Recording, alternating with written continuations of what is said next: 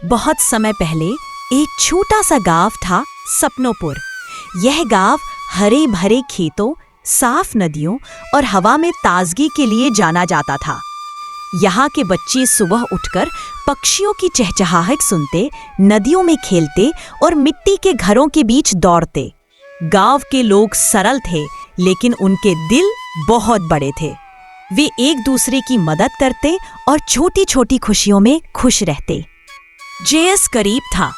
उसके पिता खेतों में काम करते थे और माँ सीता दिन रात मेहनत करती थी। सुबह सुबह वह खेतों में काम करती। जेएस अपनी माँ के प्यार और संघर्ष को देखता और तय करता कि वह एक दिन अपनी माँ को गरीबी से बाहर निकालेगा। जेएस जानता था कि सिर्फ पढ़ाई ही उसकी ताकत है। उसके छोटे हाथों में किताबें और सपनों की चाबी थी। जेएस का स्कूल गांव के बीचों बीच था। रास्ता कठिन था। कभी कभी बारिश या कीचड़ की वजह से स्कूल पहुंचने में देर हो जाती, लेकिन जेएस ने कभी हार नहीं मानी।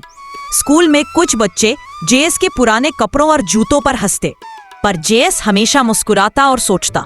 जेएस अपने आप से, एक दिन सब देखेंगे कि मेहनत और ईमानदारी कितना बड़ा बदलाव ला सकती है। जेएस का सबसे अच्छा दोस्त राजू था। राजू हमेशा उसके साथ खेलता और पढ़ाई में मदद करता। उनकी छोटी टोली में तिया भी शामिल थी, जो बच्चों को किताबें पढ़ने के लिए उत्साहित करती। जेएस हमेशा गांव के बच्चों को स्कूल जाते हुए देखता और सोचता, जेएस मन ही मन, कुछ बच्चे पढ़ाई नहीं कर पाते क्योंकि उनके पास पैसे नहीं है। मैं उनकी मदद करूंगा। जेएस के दिल में छोटे छोटे सपने पलने लगे। छोटे बच्चों के लिए किताबें, गांव में एक छोटी लाइब्रेरी, खेल के मैदान। जेएस जानता था कि यह सब आसान नहीं होगा, लेकिन वो मेहनत करने के लिए तैयार था। जेएस ने छोटे छोटे काम करना शुरू किया। वह खेतों में मजदूरी करता, गांव के लोगों के छोटे छोटे काम करता और जो भी पैसा कमाता बचाता। वह धीरे धीरे अपने और गांव के बच्चों के लिए बदलाव लाने लगा। जेएस ने सीखा कि मुश्किलें कभी सपनों को रोक नहीं सकती। मेहनत और लगन से हर सपना सच किया जा सकता है। छोटा गांव, छोटे बच्चे, लेकिन बड़े सपने, यही जेएस की ताकत थी। एक दिन जेएस स्कूल से लौटते समय देखा कि गांव के कुछ बच्चे खेल ही नहीं पा रहे थे। उनके पास खाने के लिए पर्याप्त रोटियां भी नहीं थी। जेएस का दिल दुख से भर गया।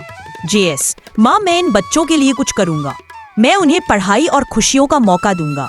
माँ सीता, तुम्हारे सपने बड़े हैं, मेहनत करनी होगी, लेकिन हम हमेशा तुम्हारे साथ हैं। जेएस ने देखा कि गांव के लोग परेशान हैं। बच्चों के रोने की आवाजें और माँ सीता की चिंता ने जेएस के दिल को और मजबूत कर दिया। एक रात गांव के छोटे नहर और नदियां उफान पर आ गईं। पानी खेतों और गलियों में भर गया। कुछ घरों में पानी घुस गया। गांव वाले डर से कांप रहे थे। डरो मत, हम सब मिलकर इस मुश्किल का सामना करेंगे। अगर हम एक दूसरे की मदद करेंगे तो सब ठीक हो जाएगा। जेएस ने सबसे पहले अपने दोस्त राजू और तिया को बुलाया। जेएस, तिया, राजू, हमें बच्चों को सुरक्षित जगह पर ले जाना होगा। कोई भी पीछे नहीं छूटेगा। तिया, हाँ जेएस, हम सब तुम्हारे साथ हैं। जेएस ने गांव के बड़े बच्चों और बुजुर्गों के साथ मिलकर योजना बनाई। उन्होंने नाव बनाई, छोटे छोटे बच्चों और बीमार लोगों को सुरक्षित स्थान तक पहुंचाया। जेएस ने अपने साहस और नेतृत्व से दिखा दिया कि एक छोटे लड़के का दिल कितना बड़ा हो सकता है। गांव के लोग पहले हैरान थे, लेकिन अब उन्हें एहसास हुआ कि जेएस में असली नायक की ताकत है।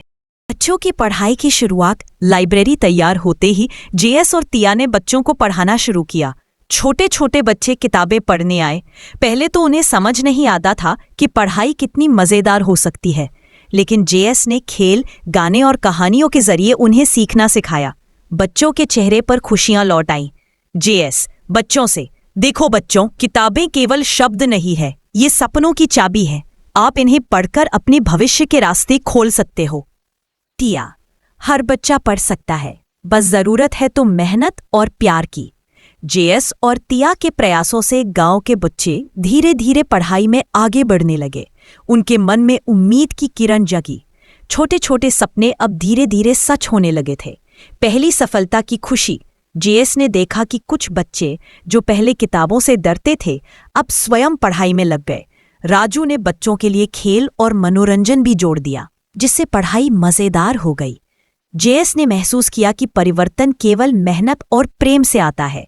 गांव के बच्चों के चेहरे पर खुशियां और आशा देखना ही उसकी असली सफलता थी। जेएस का पहला छोटा सपना, लाइब्रेरी बनाना और बच्चों को पढ़ाना, सच हुआ।